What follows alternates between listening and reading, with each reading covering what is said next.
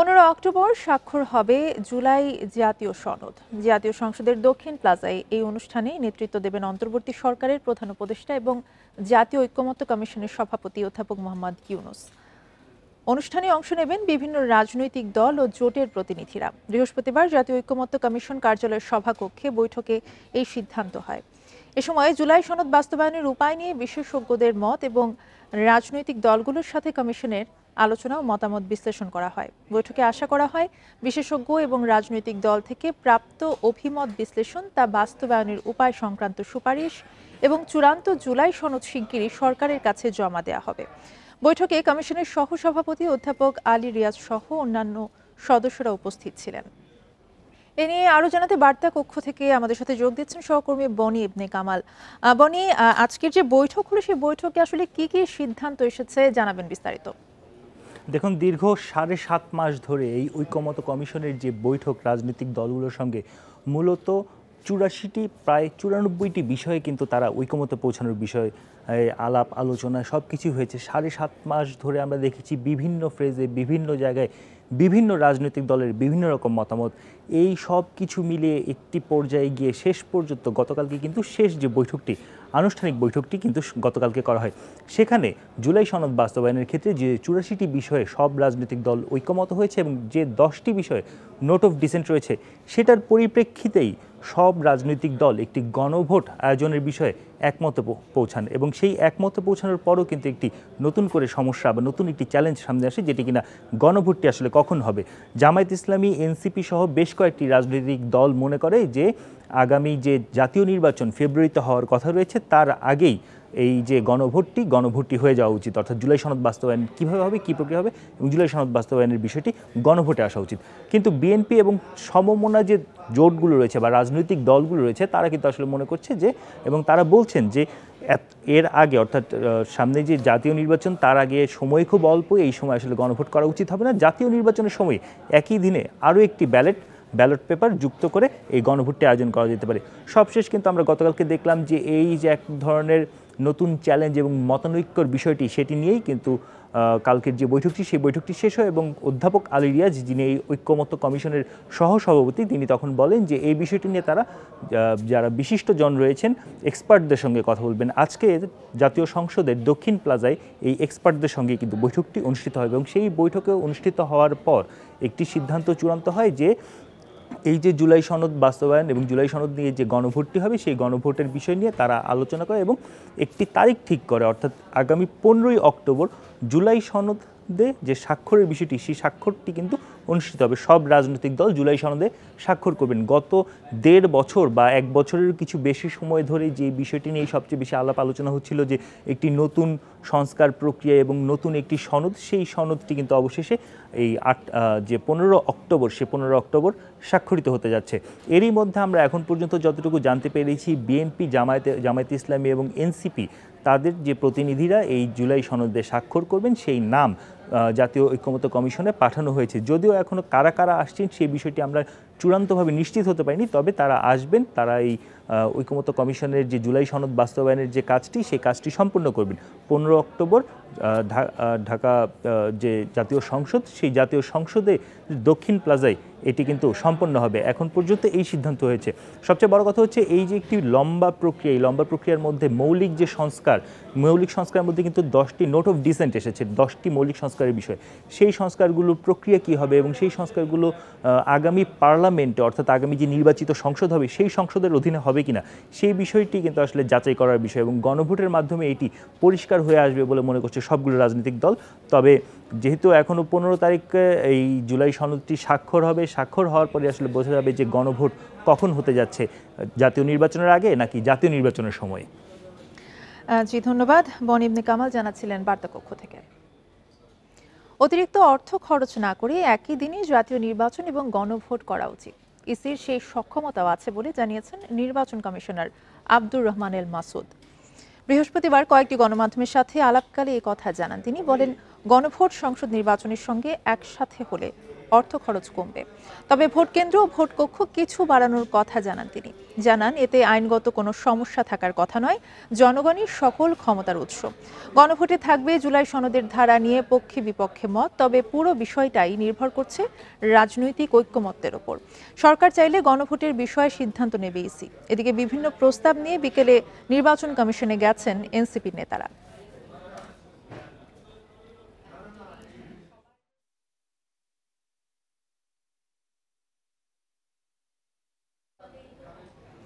নানা প্রতিবন্ধকতার পরেও গুমের সাথে জড়িতদের বিচারের মুখোমুখি করা অন্যতম মাইলফলক অর্জন বলে মন্তব্য করেছেন উপদেষ্টা আসিফ মাহমুদ সজীব ভুঁইয়া। মানবতাবিরোধী অপরাধের মামলায় ট্রাইব্যুনালে সাক্ষ্য দেওয়ার পর ব্রিফিংয়ে কথা বলেন তিনি। আদালতে দেওয়া সাক্ষ্যে তিনি জানান, আন্দোলন স্থগিত করা না হলে প্রধানমন্ত্রী এবং স্বরাষ্ট্রমন্ত্রী থেকে তাকে হত্যার নির্দেশনা দেওয়া হয়েছিল। শেখ হাসিনা ক্ষমতাচ্যুত হওয়ার দিন গত বছরের 5 আগস্ট রাজধানীর চাংখারপুলে পুলিশের গুলিতে 6 জন নিহত হওয়ার মামলায় 19তম সাক্ষী হিসেবে সাক্ষ্য দিয়েছেন সরকারের উপদেষ্টা আসিফ মাহমুদ। সাক্ষ্যে জুলাই আন্দোলনে পুলিশের নির্বিচারে গুলিতে হত্যা, সমন্বয়কদের গুম করা, ডিবি কার্যালয়ে নিয়ে নির্যাতন, আন্দোলন স্থগিত না করলে হত্যার হুমকি, সরকারি পৃষ্ঠপোষকতায় বিভিন্ন স্থাপনায় আগুন দিয়ে আন্দোলনকারীদের ওপর দায় চাপানো সহ তখনকার ভয়াবহতার বিস্তারিত বিবরণ দেন তিনি। মামলায় এই 6 জনের যে হত্যাকাণ্ড চানখারপুল এলাকায়, এর জন্য আমি তৎকালীন প্রধানমন্ত্রী শেখ হাসিনা এবং তৎকালীন আইন শৃঙ্খলার দায়িত্বে থাকা স্বরাষ্ট্রমন্ত্রী হাফিজুজ্জামান খান কামাল, ডিএমপি কমিশনার হাবিবুর রহমান সহ সারা দেশে যেই হত্যাযজ্ঞ হয়েছে সেটার জন্য সকল কমান্ডিং অথরিটি, আওয়ামী লীগের বিভিন্ন পর্যায়ের নেতৃবৃন্দ এবং পুলিশের যারা সরাসরি গুলি চালিয়েছিল তাদেরকে দায়ী করেছে। সাক্ষ্য শেষে ব্রিফিংয়ে জানান, গুমের সাথে বিভিন্ন বাহিনী সহ অন্যরা যারা জড়িত তাদের বিচারের মুখোমুখি করা অন্তর্বর্তী সরকার ও বিচার বিভাগের জন্য মাইল ফলক। দ্রুত তাদের গ্রেপ্তার করা হবে বলেও প্রত্যাশা তার। গতকালকে একটা মাইল ফলক পর্যায়ে গিয়ে পৌঁছেছে, তাদের বিরুদ্ধে গ্রেফতারি পরোয়ানা জারি করা হয়েছে। এটা আমি মনে করি এই সরকার সহ পুরো বিচার ব্যবস্থার একটা বিজয় হিসেবে আমি মনে করি, এবং সামনের সময়ে আমি চাই এই যে গ্রেফতারি পরোয়ানা সহ যেই প্রসিজার, এটা যথাযথভাবে চলমান থাকবে। এ সময় দল হিসেবে আওয়ামী লীগের বিচার করা কেন প্রয়োজন সেই ব্যাখ্যা দিয়ে এই উপদেষ্টা অভিযোগ করেন, বিগত সরকারের সুবিধাভোগী অনেকে আবার আওয়ামী লীগকে ফিরিয়ে আনার চেষ্টা করছে। আমরা মনে করি জুলাই গণঅভ্যুত্থানে আওয়ামী লীগ দল হিসেবে যে ধরনের হত্যাযজ্ঞ চালিয়েছে, আমরা মনে করি যে দল হিসেবে তাদের বিচার হওয়া প্রয়োজন। আসিফ মাহমুদের বাকি সাক্ষ্য গ্রহণ করা হবে আগামী বৃহস্পতিবার। Zahidul Bashar, Independent News, Dhaka. আওয়ামী লীগের এক নেতার সঙ্গে কয়েকজন কূটনীতিকের সাক্ষাৎ নিয়ে বিএনপি চিন্তিত নয় বলে জানিয়েছেন দলটির স্থায়ী কমিটির সদস্য আমির খসরু মাহমুদ চৌধুরী। কে কার সঙ্গে বৈঠক করলো তা মুখ্য নয়, দেশের জনগণ কি চায় সেটি মুখ্য বিষয় বলে জানান তিনি। বিএনপি চেয়ারপারসনের গুলশান কার্যালয়ে বাংলাদেশে নিযুক্ত জার্মানির রাষ্ট্রদূত রুডিগার লোটসের সঙ্গে বৈঠক শেষে সংবাদ সম্মেলনে এসব কথা বলেন তিনি। বলেন, বাংলাদেশে দ্রুত গণতান্ত্রিক সরকার দেখতে চায় জার্মানি সহ আন্তর্জাতিক সম্প্রদায়। দেশের মানুষও এখন ভোটের অপেক্ষায় আছে। নির্বাচন প্রসঙ্গে এই বিএনপি নেতা বলেন, প্রতিটি রাজনৈতিক দলের স্বাধীনভাবে কাজ করার অধিকার আছে, বাধা বিপত্তির রাজনীতি থেকে বেরিয়ে আসতে হবে। বিএনপি মহাসচিব মির্জা ফখরুল ইসলাম আলমগীরের নেতৃত্বে ঘণ্টাব্যাপী এই বৈঠকে নির্বাচনের পাশাপাশি ভবিষ্যতে জার্মানির সঙ্গে প্রযুক্তিগত নানা বিষয়ে যৌথভাবে কাজ করার বিষয়ে আলোচনা হয়।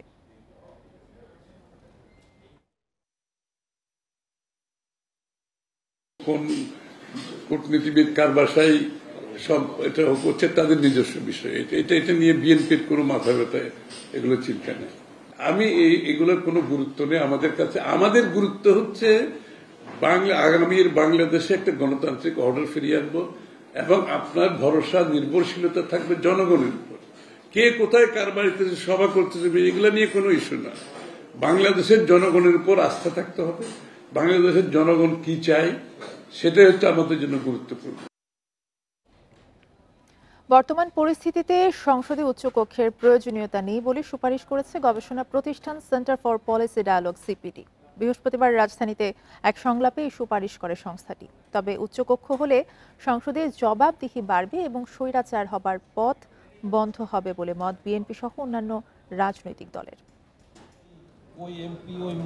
বৃহস্পতিবার রাজধানীর হোটেল ইন্টারকন্টিনেন্টালে সংসদে উচ্চকক্ষের প্রয়োজনীয়তা নিয়ে সংলাপের আয়োজন করে গবেষণা প্রতিষ্ঠান centre for policy dialogue CPD.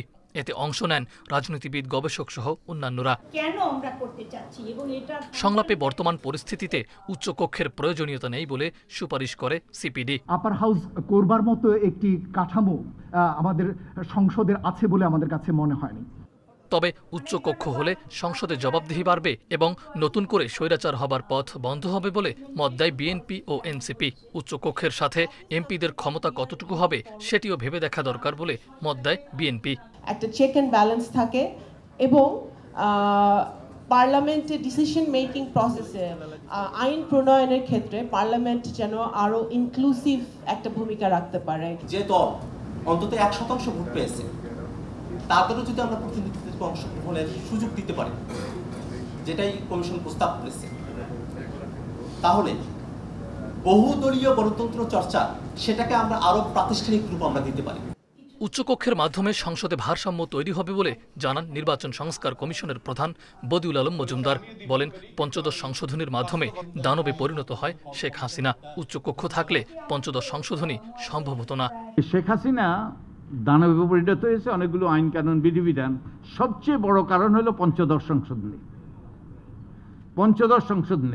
এবং পঞ্চদশ সংশোধনীর মাধ্যমে তিনি তত্ত্বাবধায়ক সরকার ব্যবস্থাটা বাতিল করেছেন। সংলাপে পরিবর্তিত অগ্রযাত্রায় বাংলাদেশকে সর্বাত্মক সহযোগিতার আশ্বাস দেয় ইউরোপীয় ইউনিয়ন। ইউরোপীয় ইউনিয়নের পক্ষ থেকে আমার পরামর্শ হলো আগামীতে বাংলাদেশ জবাবদিহিতা বাড়াবে। ইউরোপীয় ইউনিয়ন সবসময় এদেশের সাধারণ জনগণ ও রাজনৈতিক দলের পাশে থাকবে। উচ্চকক্ষ কার্যকর করা গেলে মাঠের রাজনীতিতেও পরিবর্তন আসবে বলে জানান বক্তারা। মাহফুজার রহমান মিলন, ইন্ডিপেন্ডেন্ট নিউজ, ঢাকা। গত 24 ঘন্টায় ডেঙ্গু আক্রান্ত হয়ে 4 জনের মৃত্যু হয়েছে। এ নিয়ে চলতি বছর ডেঙ্গুতে মৃতের সংখ্যা বেড়ে 224 জনে দাঁড়িয়েছে। নতুন করে আরও 781 জন ডেঙ্গু রোগী হাসপাতালে ভর্তি হয়েছেন। বৃহস্পতিবার স্বাস্থ্য অধিদপ্তরের এক সংবাদ বিজ্ঞপ্তিতে এসব তথ্য জানানো হয়। স্বাস্থ্য অধিদপ্তর জানায়, গত 24 ঘন্টায় ডেঙ্গু আক্রান্ত হয়ে ঢাকা সহ দেশের বিভিন্ন হাসপাতালে 781 জন ভর্তি হয়েছেন। এর মধ্যে বরিশাল বিভাগে 130 জন, চট্টগ্রামে 82 জন, ঢাকায় 379 জন, খুলনায় 48 জন, ময়মনসিংহে 40 জন, রাজশাহীতে 63 জন, রংপুরে 32 জন ও সিলেটে 7 জন ভর্তি হয়েছেন।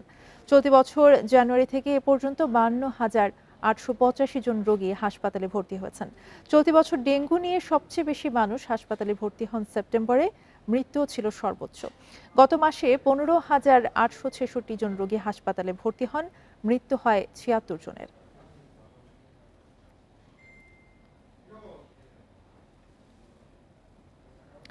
রাজধানীর মালিবাগে ফরচুন শপিং মলের একটি জুয়েলারির দোকানে দুর্ধর্ষ স্বর্ণ চুরির ঘটনা ঘটেছে। বুধবার রাত 3টার দিকে শম্পা জুয়েলার্স নামে দোকান থেকে 500 ভরি স্বর্ণ চুরি হয়, অভিযোগ পেয়েছে পুলিশ। সিসিটিভির ফুটেজে দেখা যায়, চোর চক্রের 2 জন জুয়েলারির দোকানটির শাটারের তালা কেটে স্বর্ণ নিয়ে যায়। পুলিশ জানিয়েছে, ফুটেজ দেখে জড়িতদের শনাক্তের চেষ্টা চলছে। বুধবার রাত 3টা 7 মিনিটে শম্পা জুয়েলার্সের সামনে আসে বোরকা পরা 2 যুবক। প্রায় আধা ঘন্টার চেষ্টায় দোকান ভেঙে ভেতরে প্রবেশ করে। পরে স্বর্ণ নিয়ে চোরেরা 4টা 1 মিনিটে স্থান ত্যাগ করেন। ক্ষতিগ্রস্ত দোকান মালিকের দাবি, ভোরের দিকে নিরাপত্তা প্রহরী তাকে চুরির কথা জানায়। অভিযোগ করেন, মার্কেটের নিরাপত্তার দায়িত্বে থাকাদের সহযোগিতা ছাড়া চুরি সম্ভব নয়। দোকানে 400 ভরি গোল্ড আছিল, 100 ভরি প্লাস বন্ধকি সোনা আছিল, 40,000 টাকা আসলো। এসে দেখি আমার দোকানে কিচ্ছু নাই, 1 রুটি সোনাও নাই। এ ঘটনায় প্রশ্ন উঠেছে মার্কেটের নিরাপত্তা নিয়ে। দোকান মালিক সমিতির দাবি, এমন চুরির ঘটনা এবারই প্রথম। মার্কেটের কেউ জড়িত কিনা খতিয়ে দেখা হচ্ছে। আজকে আমাদের মার্কেট বন্ধ, যারা যে সকাল সকাল খুলে হইব নগর টার্গেট আসলে এরকম একটা এরকম করে বলেছে। কারণ আমাদের সিসি ক্যামেরা ফুটেজগুলো আমরা দেখতেছি, প্রশাসনের লোকজন আসতেছে, আমরা মামলা মোকদ্দমে যাব। এরপর আমরা নিজেরাও বসে যে আমাদের সিকিউরিটি লেভেলের কোনো সমস্যা আছে কিনা এই জিনিসটা আমরা আইডেন্টিফাই করতে হবে। খবর পেয়ে ঘটনাস্থলে আসে পুলিশের একাধিক ইউনিট। সংগ্রহ করা হয় বিভিন্ন আলামত। পরে রমনা বিভাগের ডিসি জানান, ফুটেজ পর্যালোচনা করে অপরাধীদের শনাক্তের চেষ্টা চলছে। মার্কেটের দোকান মালিক সমিতি ও নিরাপত্তা প্রহরীরাও নজরদারিতে রয়েছেন বলেও জানান তিনি। সর্বাত্মক চেষ্টা থাকবে আমাদের পুলিশের পক্ষ থেকে। আমরা একেবারে শতভাগ এখানে আমরা চেষ্টা করব যেন এটা ডিটেকশনটা হয় এবং যারা এর সাথে জড়িত বা কালপ্রিট যারা আছে তারা যেন আইনের আওতায় চলে আসে এর আগে মঙ্গলবার রাজধানীর যাত্রাবাড়ির রায়হান সুপার মার্কেটের একটি দোকান থেকে ১২৫ ভরি স্বর্ণ চুরির ঘটনা ঘটে। Adilur Rahman, independent News, Dhaka. নীলফামারীর কিশোরগঞ্জ উপজেলার নোয়ালখাল গ্রামের মোস্তাকিন আলী ৩০ বছর ধরে নিজেই টানছিলেন তেলের ঘানি। সংসার চালাতে মানবেতর পরিশ্রমী ছিল তার পরিবারের করুণ বাস্তবতা। তবে একটি সংবাদ বদলে দিল এই পরিবারটির ভাগ্য। গরু ছাড়া ঘানি টানা বৃদ্ধ দম্পতির পাশে দাঁড়ালেন বিএনপির ভারপ্রাপ্ত চেয়ারম্যান তারেক রহমান। ৭০ বছরের মোস্তাকিন আলী ৯ সদস্যের পরিবারের একমাত্র উপার্জনক্ষম ব্যক্তি। 2 ছেলে প্রতিবন্ধী, আরেকজন অসুস্থ। সংসার চালাতে সকাল থেকে সন্ধ্যা পর্যন্ত তেলের ঘানি টানাই তার পেশা। দুর্বল শরীর নিয়ে কাজটি করতে কষ্ট হলেও থেমে যাওয়ার সুযোগ ছিল না তার। একটা মেয়ে যে যৌতুকের কারণে আমার ঘাড়ে, এটাও আমাদের ঘাড়ে। এখন 3 যুগ থাকি আমি কষ্ট করিয়া এই ঘানি স্বামী স্ত্রী মারিয়ে আমি হাটে যাই। ওকে দিয়ে আমার কোনো পোষায় না। একদিন কাল পায় সেই দিন আল্লাহ শান্তি খিলে, যেদিন না পাই বাবা সেদিন চুলে চৌকিয়া যে কিছু বাবা সবগুলো উঠে থাকে বাবা, আমার কষ্টর ভীতি। সম্প্রতি গণমাধ্যমে প্রকাশিত হয় তার এই সংগ্রামের গল্প। হৃদয় ছুঁয়ে যায় লাখো মানুষের। এই সংবাদ চোখে পড়ে বিএনপির ভারপ্রাপ্ত চেয়ারম্যান তারেক রহমানেরও। দলের ভারপ্রাপ্ত চেয়ারম্যানের নির্দেশে পরিবারটির পাশে দাঁড়িয়েছে আমরা বিএনপি পরিবার। বৃহস্পতিবার তার বাড়ি গিয়ে তারেক রহমানের সহমর্মিতার বার্তা পৌঁছে দেন সংগঠনের সদস্যরা। এ সময় মুস্তাকিনের হাতে তুলে দেওয়া হয় 2টি অটোরিকশা এবং ছেলের চিকিৎসার জন্য 50,000 টাকা। যে সহযোগিতা আমরা করলাম ভারপ্রাপ্ত চেয়ারম্যানের পক্ষ থেকে, সেটা হয়তো খুব বড় কিছু নয়, কিন্তু একটা সামান্য একটু কন্ট্রিবিউট করা, কিন্তু এটা আমাদের তালিকায় এটা থেকে যাবে। এমন সহায়তা পেয়ে বাঁধ ভাঙা উচ্ছ্বাস ছড়িয়ে পড়ে মোস্তাকিন সখিনা দম্পতির পরিবারে। কৃতজ্ঞতা প্রকাশ করেন তারেক রহমানের প্রতি। এখন আমার যতটুকু নামাজত বসি আমি তাদের জন্য দোয়া করব। আল্লাহ আমার জন্য সুখে দিন নিয়ে যায়। এইভাবে হাসি খেলে আমার খিট এখন খিট ভালো। মোস্তাকিন সখিনার এই মানবিক গল্প প্রমাণ করেছে মানবতার খবর ছড়ালে মানবিক সহযোগিতাও আসে নানাভাবে। Independent news. আগামী সংসদ নির্বাচনের আগে তিস্তা মহাপরিকল্পনার শুরুর দাবিতে গণমিছিল সমাবেশ হয়েছে। বিকেলে লালমনিরহাটের হাতীবান্ধায় এই কর্মসূচির আয়োজন করে তিস্তা নদী রক্ষা আন্দোলন নামের একটি সংগঠন। আন্দোলনের প্রধান সমন্বয়কারী ও কেন্দ্রীয় বিএনপির সাংগঠনিক সম্পাদক আসাদুল হাবিব দুলুর নেতৃত্বে শুরু হওয়া গণমিছিলে তিস্তাপাড়ের কয়েক হাজার মানুষ অংশ নেন। মিছিলটি বিভিন্ন এলাকা ঘুরে হাতীবান্ধা এসএস সরকারি উচ্চ বিদ্যালয় মাঠে শেষ হয়। পরে আয়োজিত সমাবেশে বক্তারা অবিলম্বে তিস্তা মহাপরিকল্পনা বাস্তবায়নের জন্য সরকারের প্রতি দাবি জানান। একই সাথে এই প্রকল্প দ্রুত শুরু না হলে আরও বৃহৎ আন্দোলনের হুঁশিয়ারিও দেন তারা।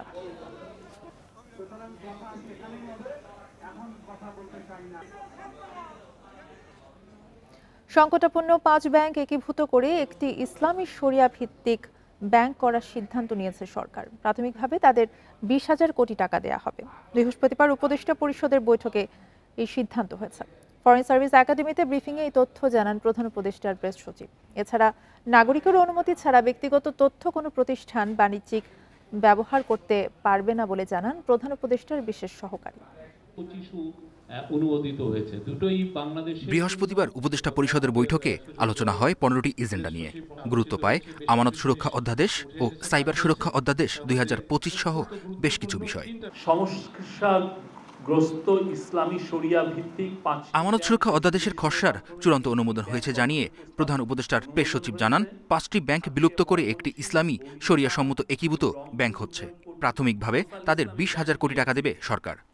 এই ব্যাংকগুলো একীভূত হয়ে এটার একটা নতুন নামে এই ব্যাংকগুলোর একটা নাম হবে। এই মার্জার প্রক্রিয়ার প্রস্তাবিত নতুন ব্যাংকের মধ্যে হস্তান্তরকারী 5টি ব্যাংকের সমুদয় সম্পদ ও দায়সহ একীভূত হবে। উক্ত ব্যাংকসমূহ বিএসইসির তালিকাভুক্ত এবং মূলধন বাজারের ব্যাংকগুলোর শেয়ার ইস্যু করা হয়েছে। ব্যক্তিগত সুরক্ষা অধ্যাদেশ 2025 অনুমোদন হয়। এতে বলা হয়েছে নাগরিক তথ্যই হবে তার নিজস্ব সম্পদ। সরকারি বা বেসরকারি কোনো প্রতিষ্ঠান নাগরিকের অনুমতি ছাড়া ব্যক্তিগত তথ্যের বাণিজ্যিক ব্যবহার করতে পারবে না। যারা ডেটাটা কালেক্ট করে সেই উপাত্তের মালিকানা তাদের। তো আমরা এই ফিলসফিটাকে এই আইনের মাধ্যমে পরিবর্তন করছি। আমরা আজকের এই যুগান্তকারী ঘটনার মাধ্যমে আমরা বলতে চাচ্ছি যে নতুন আইনের মাধ্যমে ডেটার মালিকানা, ডেটার স্বত্বাধিকারী দেওয়া হয়েছে নাগরিককে। বিগত সরকারের আমলে ডিজিটাল আইনে মামলার রায় পুনঃবিবেচনার সুপারিশও করা হয় বৈঠকে। আপনারা জানেন যে এআই ব্যবহারের ডেটা লোকালাইজেশন নীতি অনুযায়ী তথ্য সংরক্ষণ এখন আদালতের এখতিয়ারই থাকবে। এছাড়া অদক্ষ প্রতিষ্ঠানকে আর সরকারি প্রকল্পে কাজ দেওয়া যাবে না বলেও জানানো হয় বৈঠকে। কুখ্যাত যে ডিজিটাল সিকিউরিটি আইন ছিল, মেহেদী হাসান, ইন্ডিপেন্ডেন্ট নিউজ, ঢাকা। এ ছিল এখনকার সংবাদের সাথে থাকায় ধন্যবাদ সবাইকে।